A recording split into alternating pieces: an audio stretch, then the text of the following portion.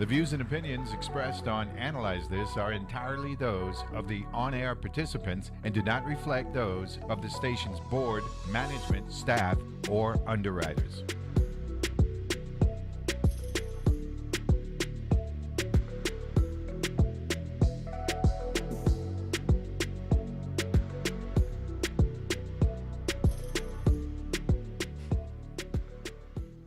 And good Wednesday morning, and welcome to another edition of Analyze This here on your NPR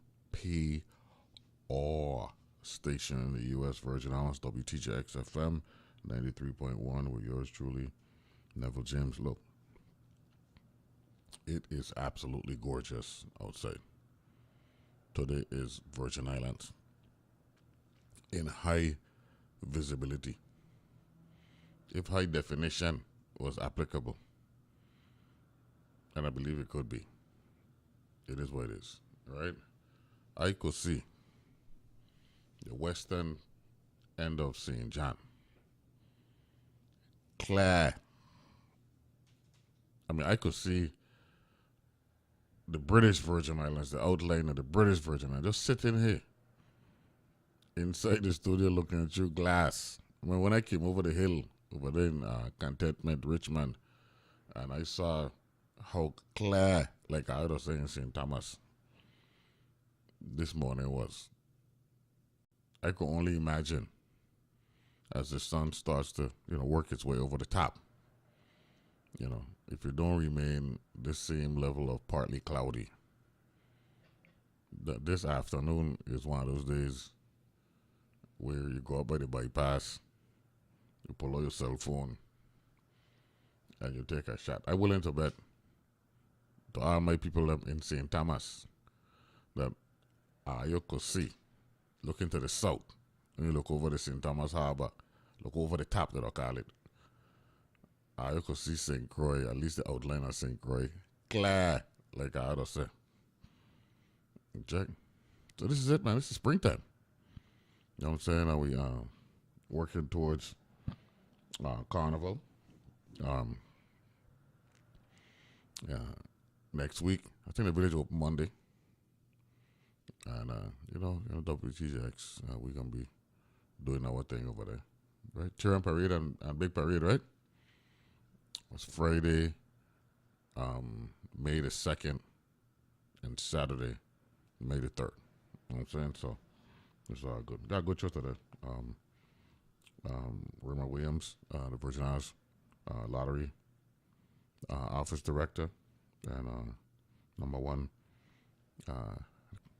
sponsor for a lot of meaningful events here in the territory and outside the territory for Virgin Islands as well.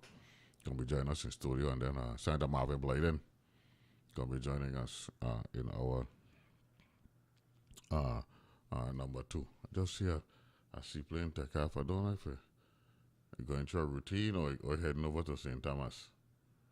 But, it's like you could reach out and touch it. That's how clear. I think we would have said clear. You know what I mean? But, you know what I mean? Yeah, that one going St. Thomas. You know what I'm saying? It's nice. Yeah, man, basketball playoffs in full flight. Had 3 games last night. I think I had 2 games on Monday. Right? Everybody played game 1 on Saturday or Sunday. Right? 4 games on Saturday, 4 games on Sunday. Right? So now everybody playing game 2. And the game 2 window should wrap up tonight. And then beginning tomorrow night on Thursday, we'll see some game 3s. I know that team from Oklahoma City. They're young and hungry.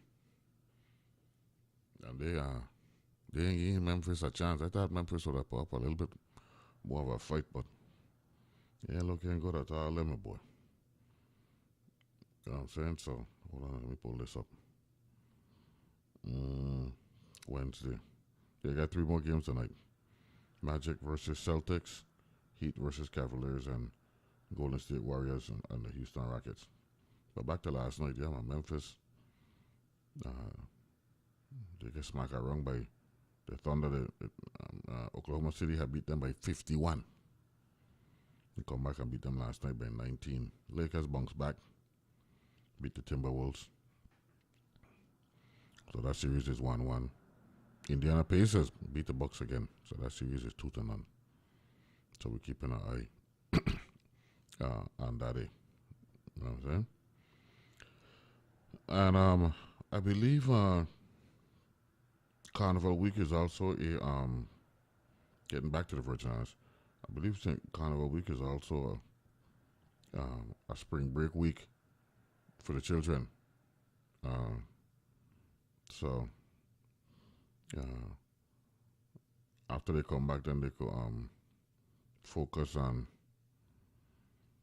getting towards the last month of the school year.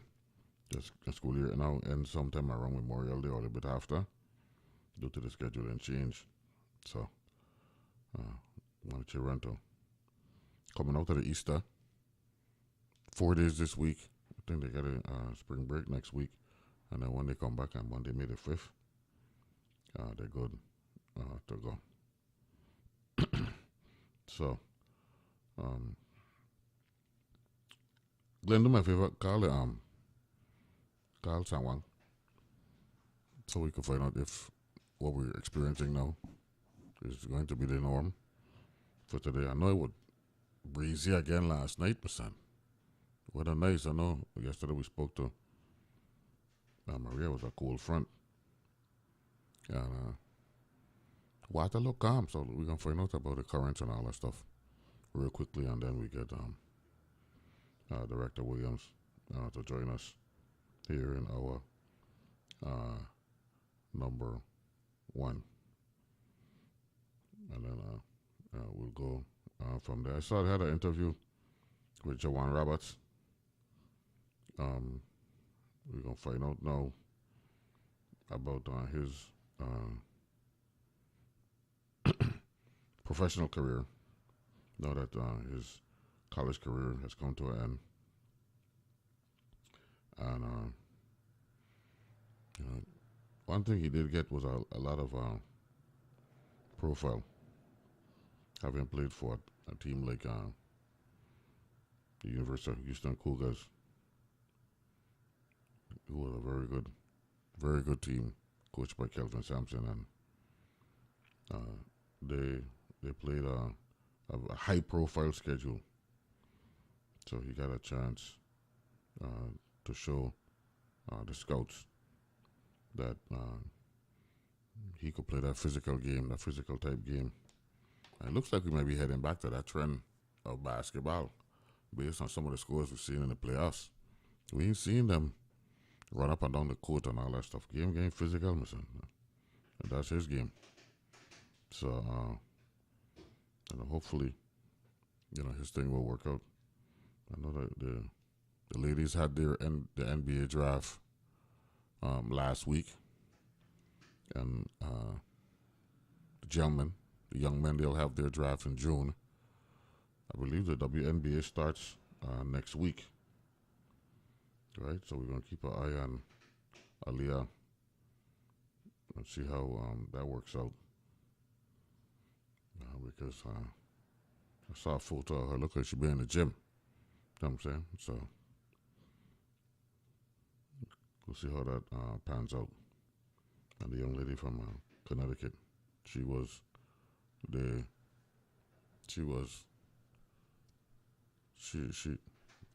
number 1 draft pick for the Dallas Wings, Paige Buchers. I believe they are expansion franchise. Hold on there. Looking at the standings. Okay, that's 2025.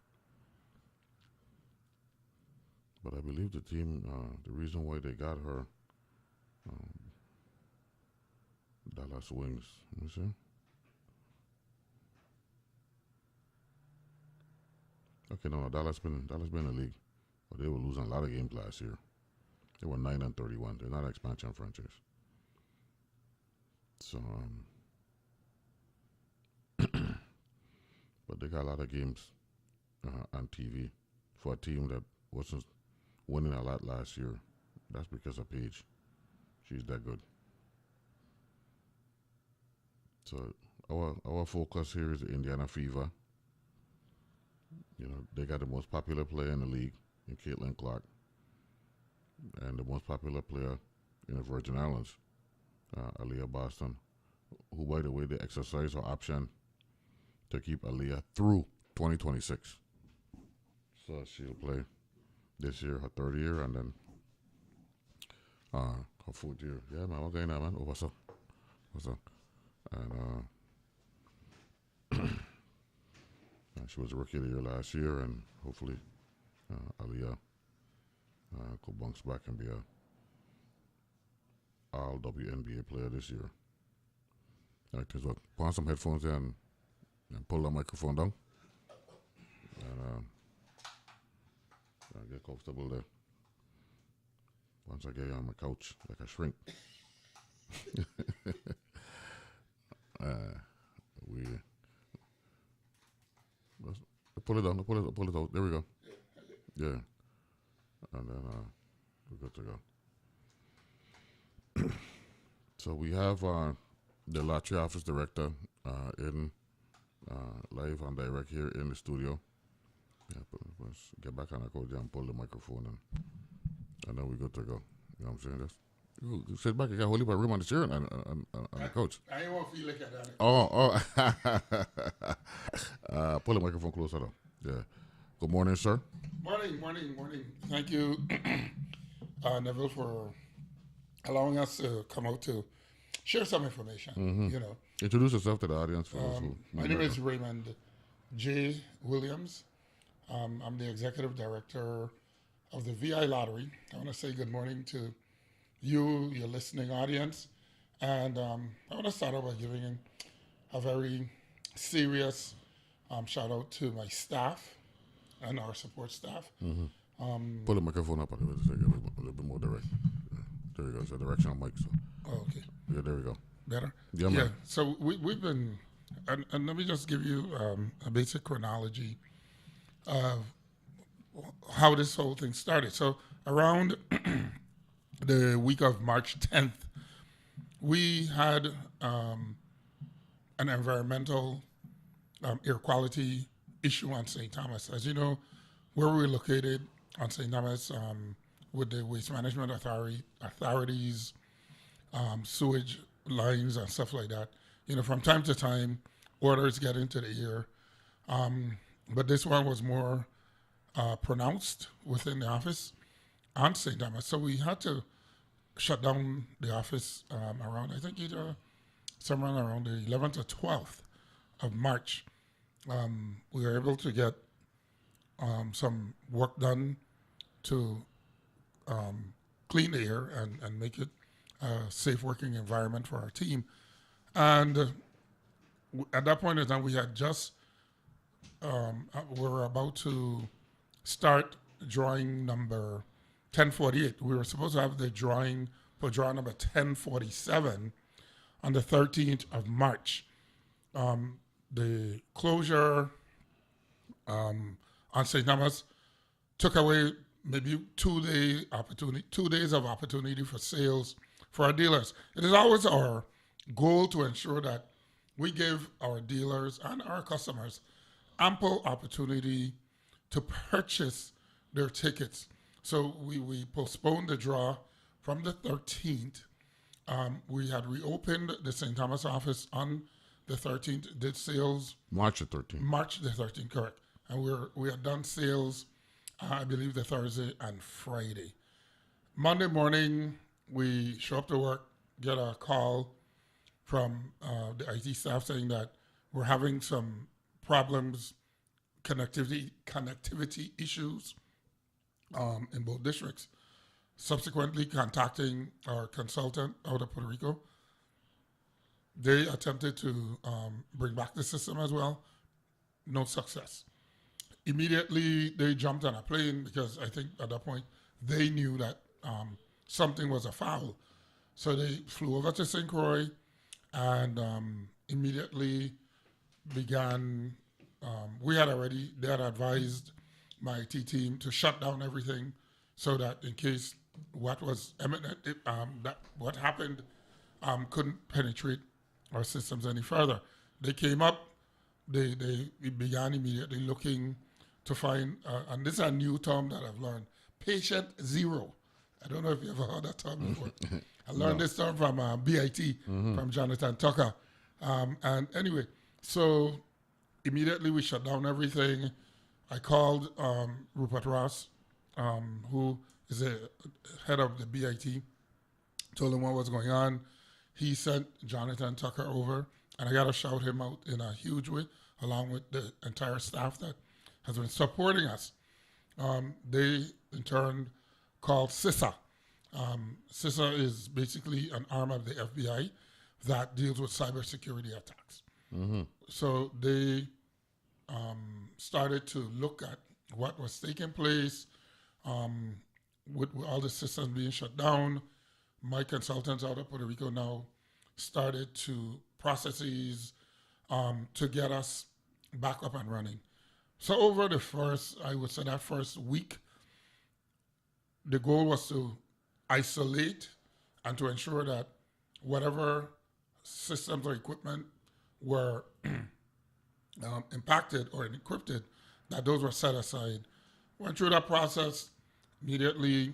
We also have another contractor that does IT security that has been working with us over maybe the last year or so. So they too now became a part of it. You know, we'd hold daily briefings with all three groups, BIT, myself, the group, the other security company, to, you know, more or less determine where we're at, where we're going. We continue to work towards now cleaning all the equipment after everything has been isolated and doing the process of determining what equipment was hacked or infiltrated. We identified those were set aside so that the BIT and the CERT group can then begin looking at how, what, where, when. They did that in parallel to the consultants out of Puerto Rico coming in and starting to clean, scrub, basically all our equipment to include servers. The first time we had the attack, they were able to, through a fishing expedition, get in on St. Thomas. But the backup stuff on St. Croix, we were able to come back almost over within 3 or 4 days. This time, the phishing attack included a ransomware. Let me stop right there. We're going to a break. We come back. Let's talk about the initial cyber incident that we had in 2024, I believe it was. Correct. February, I think. January. January 2024. Okay, so the people who have better context for what you had to deal with in 2025. We're talking with Mr. Raymond Williams, Director of Virgin Islands Lottery. We'll take a break. Be back right after this.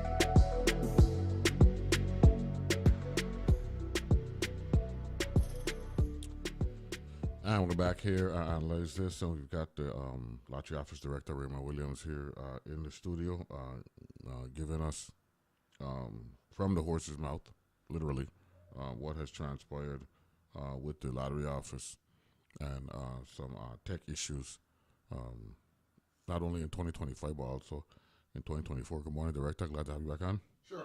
So, you had asked initially before we went to break to recap. Yeah. I guess chronologically.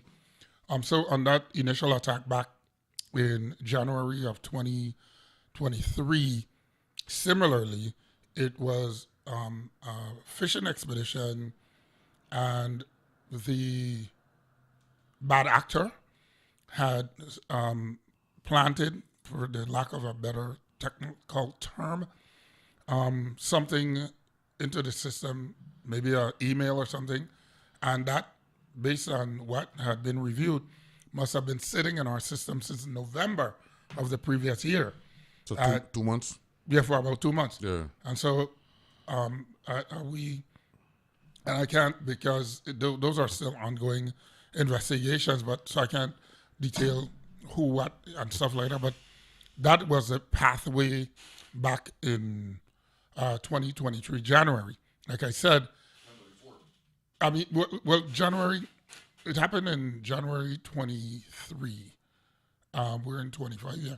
Mm-hmm. So, like I said, we were able to recover a lot quicker because we could have isolated the servers and the other equipment on St. Thomas and bring back up our systems on St. Croix.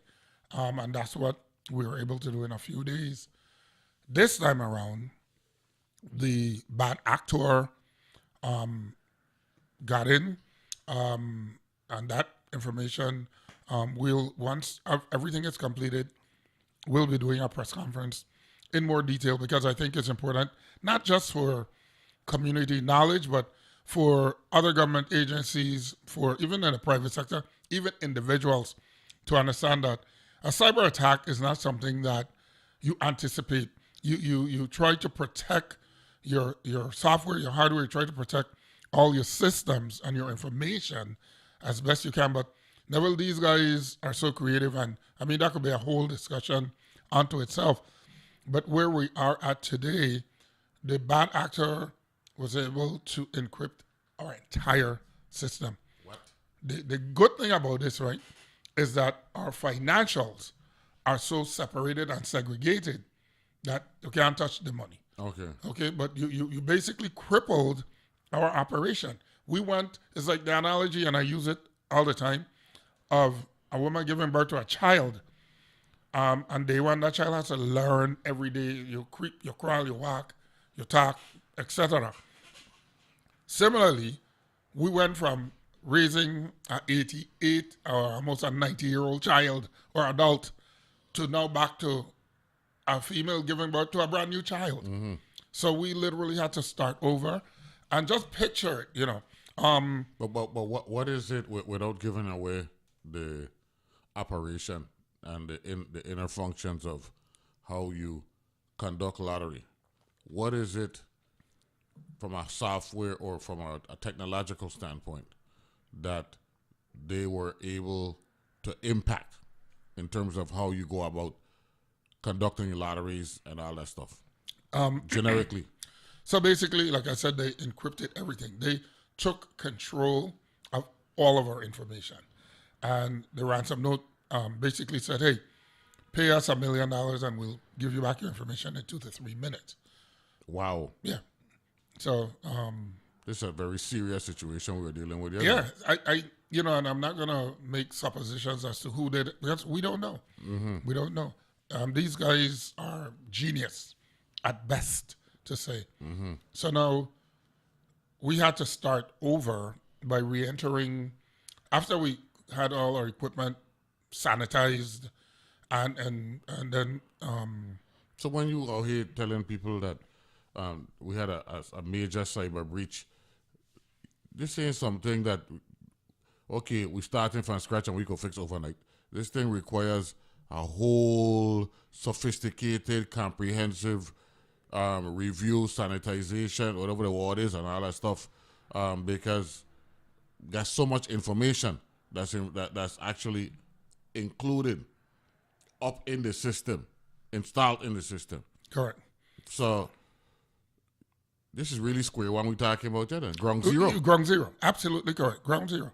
So we had, after we sanitized and all that stuff, our security consultant put into play on every single piece of equipment some I can use the word standard protocols that we must follow now to ensure that every time you type anything into the computer, that is immediately protected. They now look at every single day, all day long, any opportunity that may look to pop up, they capture, stop, shut that down. So that's one of what's happening. In addition, so moving forward, and again, when I tell you I thank my staff, most of my employees on the Tuesday, the 18th, when I met with them in both districts, I said, look, we are now at a place where there are no titles in this office right now.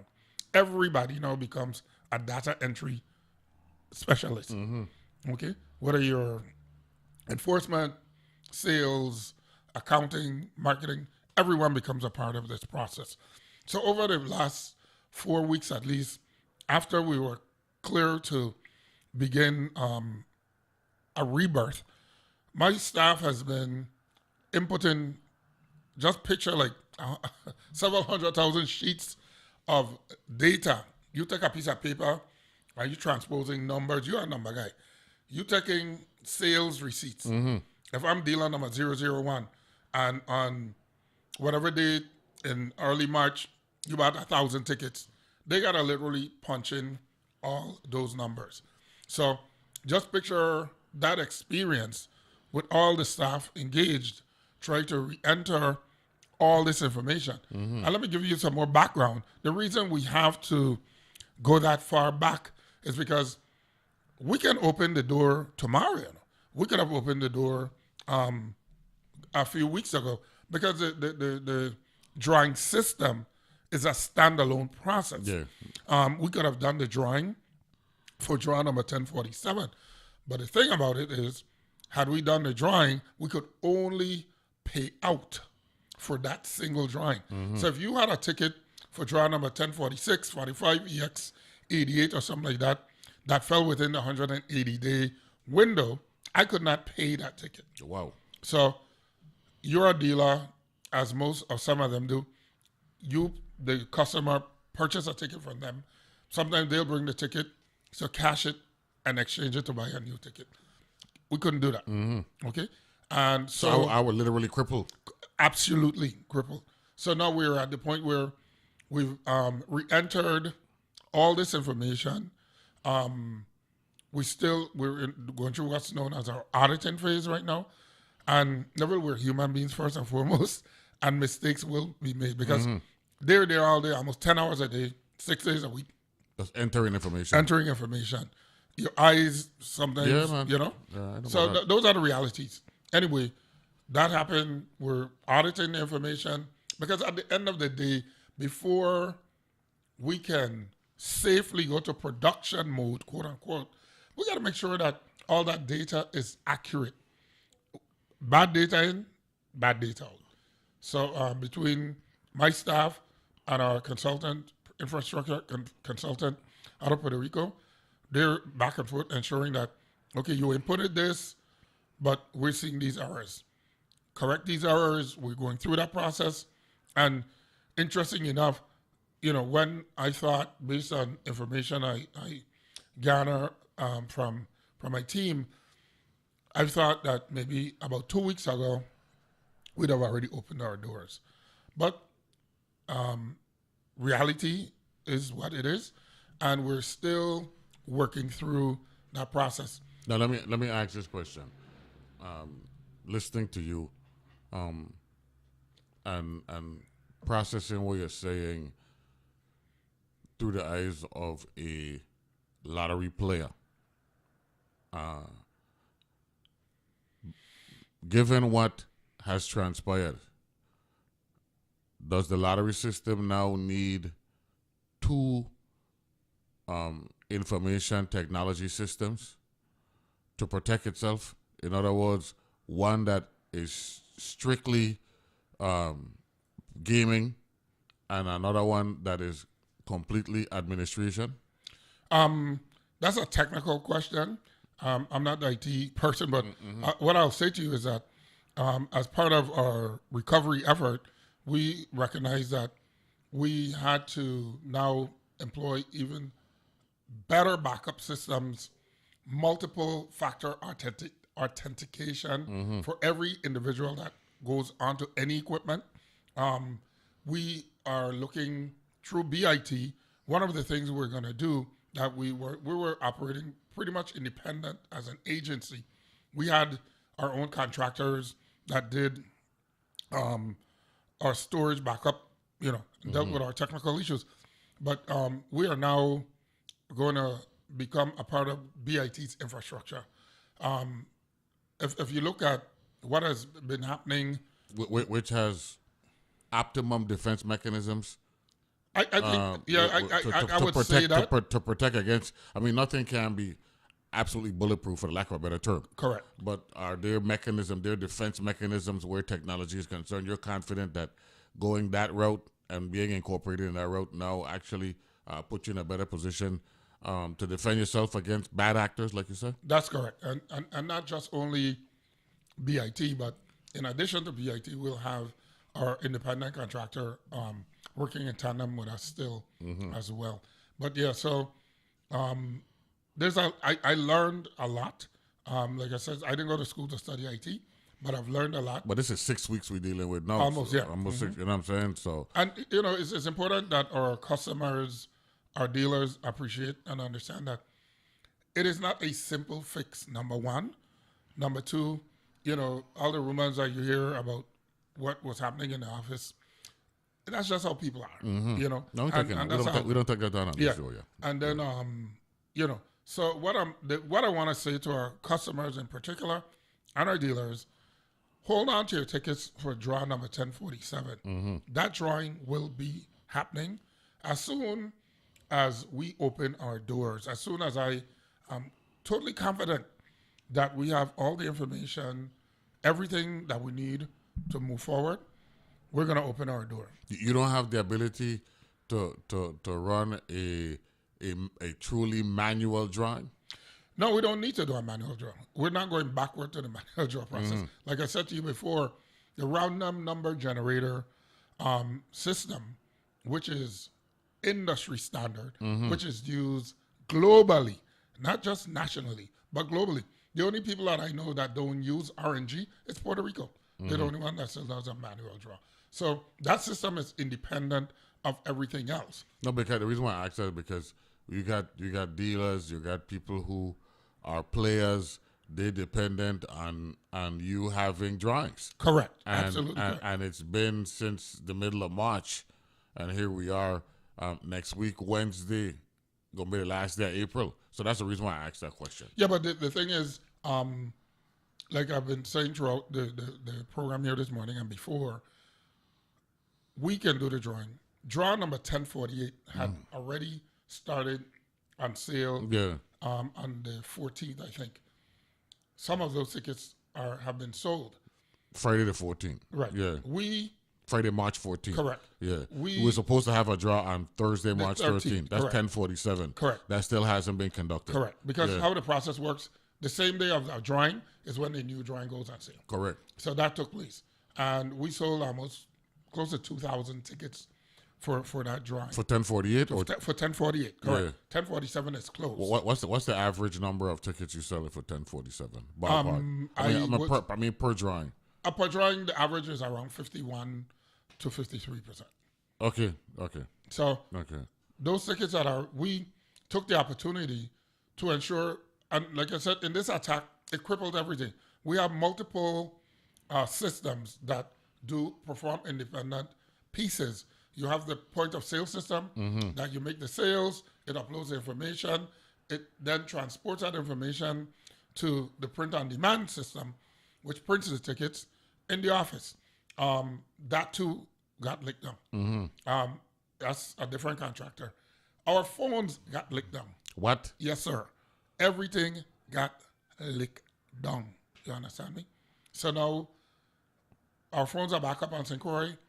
We're working with a contractor in St. Thomas to get those phones back online. Is there federal involvement in this recovery? Absolutely. In this recovery system that's Absolutely. going on right now? Through BIT, they're managing that investigation because, of course, they too want to know who the actor was, the bad actor was. They believe, they're confident that at some point they're going to do the tracing and we're going to identify who that person is. Well, I'm not going to speak to that because that is outside my purview. But whenever we... But we would want that to happen. Remember, Of course. we had a situation. Remember, we had a situation about 6-7 years ago with the Water and Power Authority with some payment or something. So you follow what I'm saying? So the reason why I'm asking is Yes, sir. that we don't want the public to think that this is something that can and will be recurring without the government going to its Absolutely, going through the processes.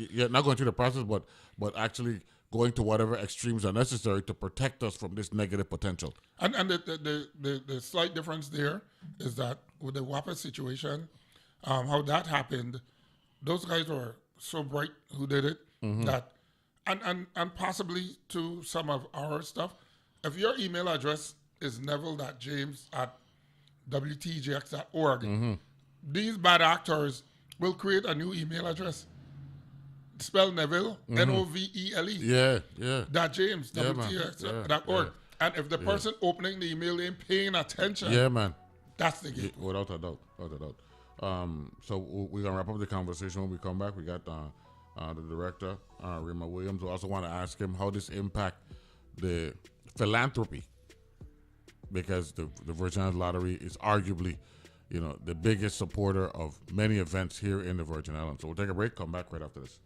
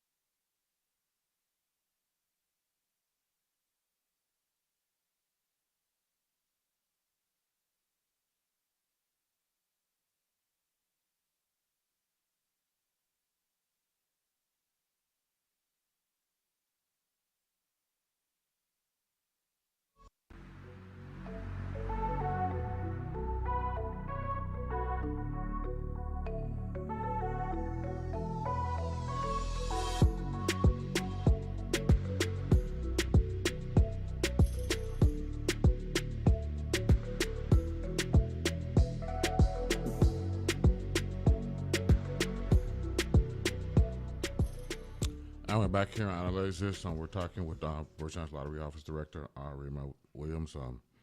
The lottery office has been dealing with what is the second breach of the operation. This one occurred in the middle of March, impacting, based on my math, maybe 3 to 4 drawings. If there was a drawing that was supposed to be on the 13th of March, that means that the next drawing would have been on the 27th, 2 weeks later, and then the next drawing would have been on the 10th of April, and then another drawing, or unless it's just one drawing in April, one big drawing. So it would have, so this would have been there's one drawing in April, and so 2 in March, so 3 then. So no, it would literally be, the drawing would have been on the 13th, 1047. Yeah. Would have had a drawing on the 27th. Yeah. For 1048. That's 2 in March. 2 in March. Yeah. But then tickets would have been on sale for EX89. Yeah. Drawing. That's a special Right. drawing. We do 3 of those a year. Yeah. So those would have been on sale for almost 6 weeks. So That drawing would have happened next week or week after for Carnival. Carnival week or the week after. Right.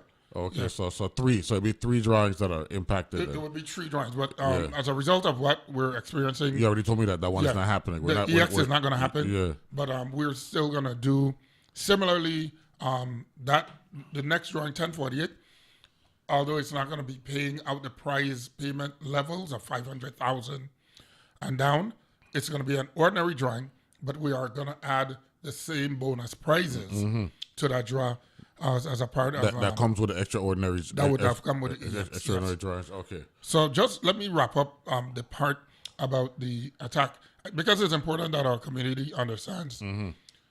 We are working feverishly, my staff and our consultants, working extremely hard to bring our operations back to normalization.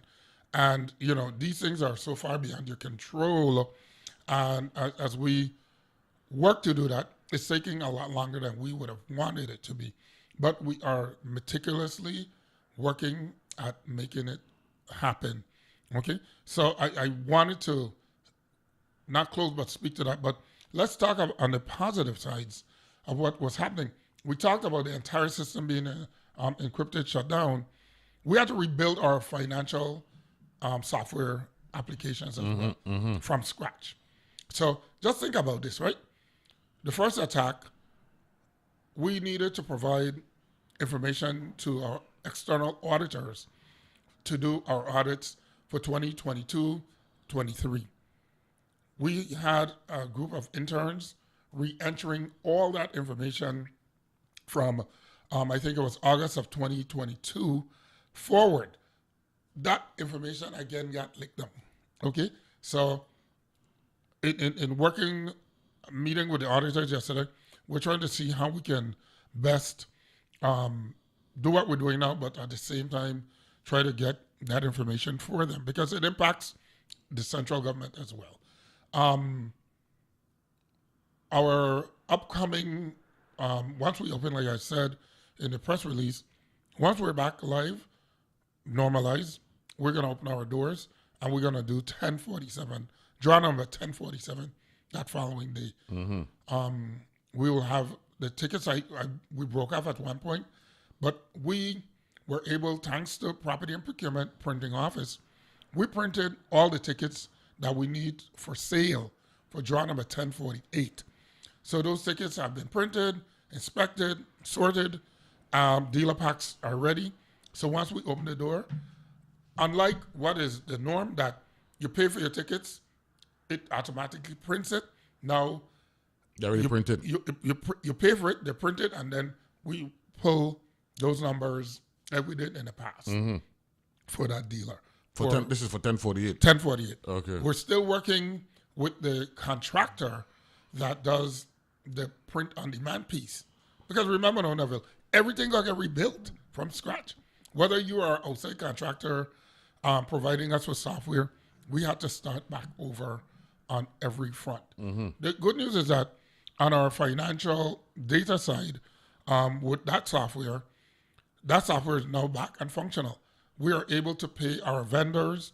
We're paying all our bills. Yesterday, I'll share with you the fact that, horse racing is coming up on St. Thomas next week. We have mandatory transfers that we, by law, are required to pay to Human Services, GRS, Education, Veterans Affairs, etc. One of those is horse racing out of St. Thomas. I signed requisitions yesterday for transfers to the Horse Racing Improvement Fund and the St. Thomas Racing Association, some $167,000 each. So we are operating. Back in January, we did transfers through finance to, let me tell you right now, to the Educational Initiative Fund, to DHS for pharmaceutical assistance in the tune of almost $500,000, and to the GRS, approximately $400,000. That was in January. And like I said, we're doing, we're going to be making payments today or tomorrow to finance, who we have to deposit those dollars to for the St. Thomas St. John Horseman Association, $169,000, and for the Horse Racing Improvement Fund, which I think helps to pay purses and stuff like that, $100,000. So our financial structure is back safe. We are working through a portion of rebuilding our employee database so that not only can we electronically pay our employees, but we can make sure all their deductions and stuff are accurate. So it's a lot of moving pieces, but we're still moving forward. Southland Gaming still have a relationship with the Virgin Islands Lottery? Absolutely, they have a contract with us. And that hasn't been impacted? No, that's a totally different. That's a different platform. Yeah, thank the Lord. Jesus. Yeah. So, but we on a good news front on that side of the umbrella. But that still allows for the agency to generate revenue and Absolutely. The government of the Virgin Islands. Absolutely correct. Yeah. Absolutely correct. All our gaming entertainment centers at St. Thomas and St. John, our retailers have been operational, no problems with those. As a matter of fact, because we had the Casino Commission in here last week, Thursday, and we were explaining to the public that even though laws are Virgin Islands based, the activity requires a zoning designation, right? Where, so I was explaining to the public that casino gaming is Virgin Islands law, but right now it's only zoned for St. Croix. And St. Thomas is a VLT activity that takes place in St. Thomas and St. John. So that's the distinction between the activities here in the Virgin Islands. Right, and we don't have a zoning requirement. You don't have a zoning requirement, No. yeah. Our requirement to license retailers on St. Thomas, it has to be a bar, restaurant, and an entertainment facility. Same concept, VLT, casino, gaming equipment, same equipment, just a different operating process. Platform as well. Ours is totally electronic. Yeah. In St. Croix, it's manual the way they're going on. Look at stuff. But we just opened Lucky Street in St. Thomas last week. I want to believe it was last week, Friday. So that now gives us 5 entertainment centers. The difference between an entertainment center and a retailer, retailers are bars, restaurants, generally. They house maybe 20 to 25 or less gaming machines. The entertainment centers are those that are similar to what you have here on St. Croix downtown Christiansted. Similar size, number of equipment. So we have a lot more equipment deployed throughout St. Thomas and St. John. And we also are going to, in the near future, be opening another entertainment center as part of that development at the Clinton E-Phipps racetrack under the bleachers. We already have... That's going to be at the racetrack, in Bavoni. Correct. Okay. That will be another entertainment center. Okay. So that St. Thomians, St. Jonians or visitors have opportunities, choices of places. Ballpark figure, what's the amount of VLT machines right now in St. Thomas, St. John? Yeah. Just around a little over 600. 600, okay. Yeah. Okay. More, deployed machines, Okay. Now, getting back to BIT though, because BIT is absolutely critical in your decision making going forward, right? I think you can agree with that, right? Absolutely correct. Okay. Is this also something that BIT needs to look at, not just for the agencies that they have electronic and technological relationships with, but for the government in general, because they are the Bureau of Information Technology. Correct. And a repository, that's the term I've been using recently, right? A repository for a lot of information and putting defense mechanisms in place, because breaches as we speak right now. The criminal element is out there looking for ways to dissect and work their way into systems. Infiltrate is the right word.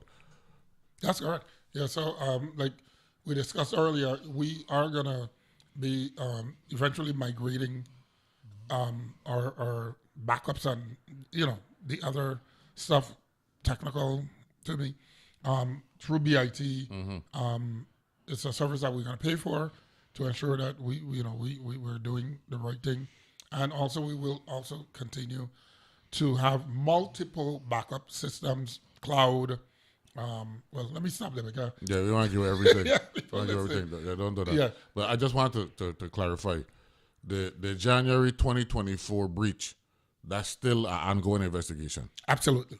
Both investigations. And this one. If January's still going on, then March got to be going on as well, right? Are we anticipating any type of closure with the January 2024 deal? Because this is 15 months.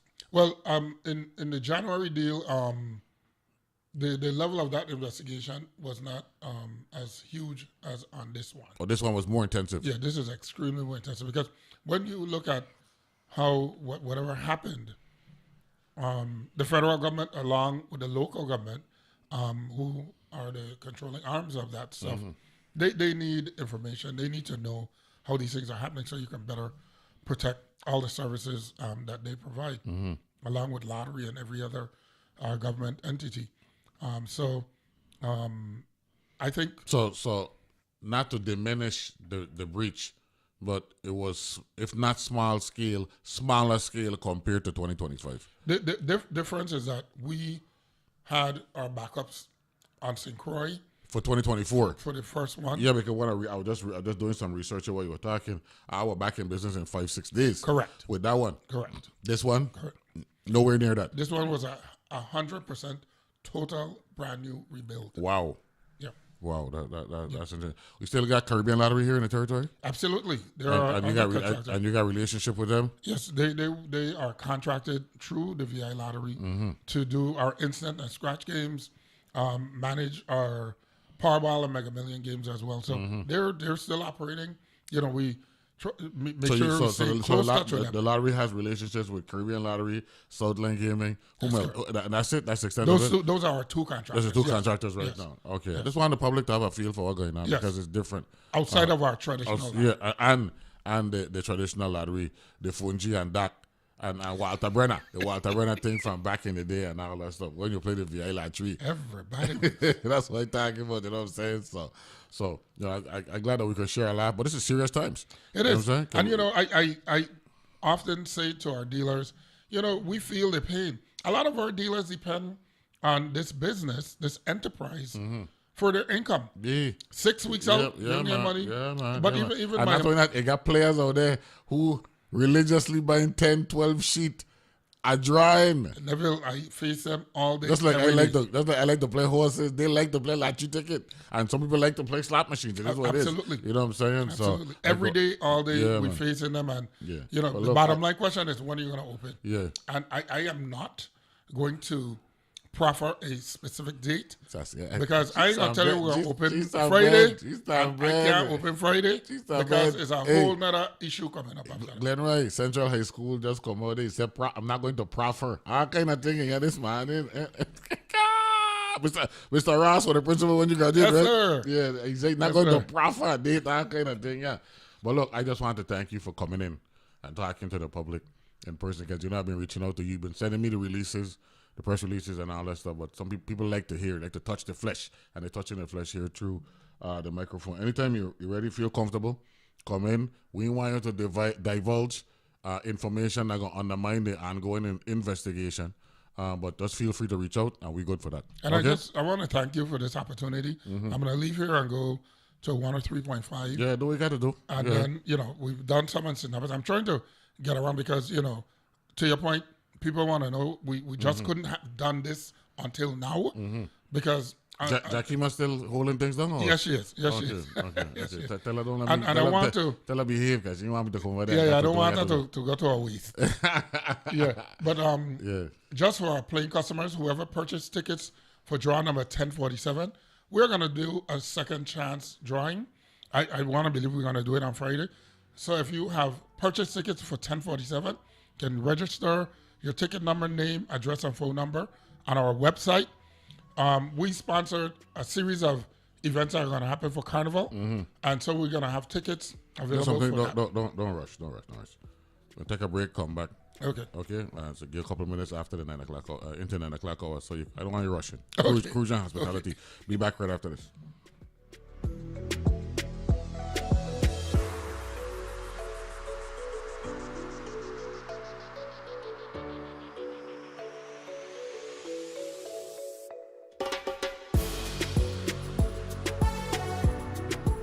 The views and opinions expressed on Analyze This are entirely those of the on-air participants and do not reflect those of the station's board, management, staff, or underwriters.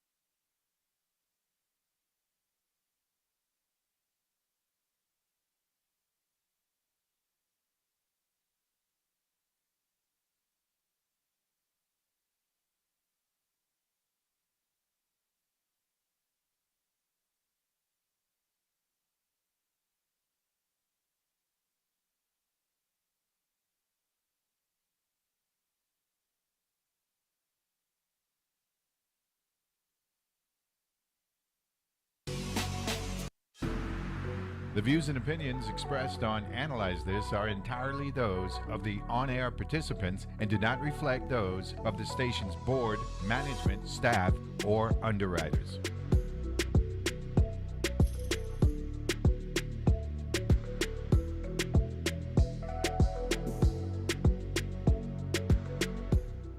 And we're back here on Analyze This, wrapping up our conversation with the Virgin Islands Lottery Office Director Raymond J. Williams out of Grove, right? The Mecca, that's what they'll call it, the Mecca, right? But I know it as Grove, and Glenn Byron had me to know Grove is not Frederickstead. Grove is Grove. Say it once more. Say it once more. Grove is not Frederickstead. Grove is Grove. And make that clear. You know what I'm saying? Yeah, people don't appreciate it, but it is what it is. It is what it is, right. And I have experienced that with my better half when she tell me, let me tell you something. And this is early on, she told me, she said, look, Ponce is not in Puerto Rico. Ponce is Ponce. And I was like, what are you talking about? She said, because everybody believe that the only place in Puerto Rico is San Juan. And it's like when I go to the States, People say, where you from, Jamaica? They assume everybody from the Caribbean go from Jamaica. Let them know. Yeah. I'm U.S. I'm American citizen just like you. And that done that. But anyway, that's small talk. You know, a couple of things I want to ask you. Have you requested a meeting with the legislature? No. A private meeting? Because the legislature has oversight over everything in the Virgin Islands. And as a former legislator, I believe that at some point, whether it be you speaking with the president or letting them know what's going on, because that oversight responsibility is mandated through law. So you're saying, no, you haven't done that?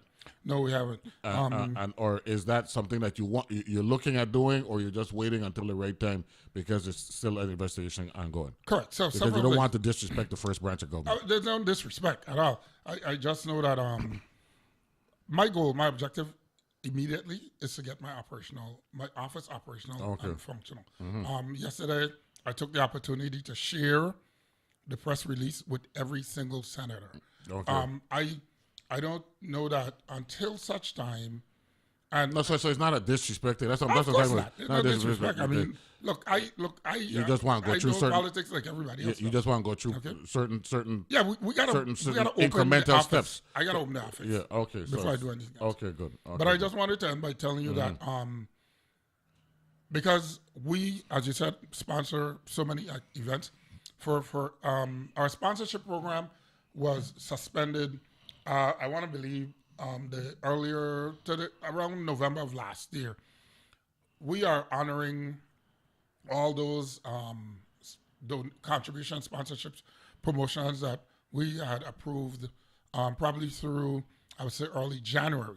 So there's like 4 or 5 events that we're sponsoring for Carnival that we will be doing the second chance drawing to give people that purchase tickets. The first one is Fort Fete. I think that's Sunday.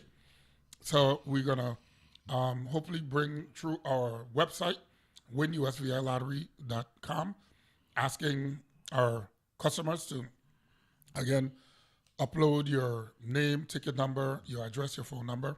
That should hopefully be available by this afternoon. And we will do that second chance drawing on Friday. So winusvilottery.com. .com. Right. Okay. Even if you plug in VI Lottery, it'll still populate. Yeah. So yeah, we want to do that. Then we'll be doing our second chance drawings for PTO, Sunset Soca Wine Festival, Fort Fete, like I mentioned, and I think there's at least 2 others that don't necessarily come to mind right now. Mm-hmm. And again, we're going to be sponsoring the 5th race on May 2nd for Carnival races. Okay, we're sponsoring that. Mm-hmm. So we're still doing our part in our community. Okay. I just, again, for the last time, want to state to our dealers and our customers, we are working diligently. This is not a simple process. I hear people speak to, well, we need to go back to the old draw process. Neville, there's no way that we're going to go back to that, because that in itself had more issues than we can spend an hour talking about. Okay. We are doing what is industry standard today. Okay. So some people, because that's what they prefer, doesn't make it what it will be. Okay. But just asking our customers and our dealers to stay with us, hang in there with us. This is not something created or perpetuated by myself or my staff. This is something that happened totally outside of us. People ask me... Like I said, as we speak now, the element they're trying to find ways to infiltrate. Absolutely. Yeah. And people, they say, well, why I do this? What would feel good is to hear that they get catched up. Look, let me tell you, I ain't going to talk about that. I come from Grove. Because the public would like to hear that these geniuses, because that's what they are. Right? Absolute criminal geniuses or genius criminals, whatever way you want to say. I'm saying they are just, and this has been going on for decades. And this happens everywhere. Banks, you know what I'm saying? Schools, airlines. Not that we're justifying it happening to the lottery office, but we want the public to know we're not isolated. Correct. Okay. Absolutely. And that's what we got. Hey, thanks a lot, man. Good to see you. Thanks for having us. Hopefully, we'll get back into everyday normal functions, and when that happens, let me know. Okay. Thank you very much. You got it. That's Raymond Williams from Outer Grove. right? Mecca. The Mecca out there. When you say Austin Williams, tell you I say, hey, look, that's my boy. He'll look out for me. We don't call it Jimmy. Jimmy. All right, so it's all good. We should be hearing from Senator Blayden. He should be calling in because he texted me to let me know. Looking forward to him. Good to see him.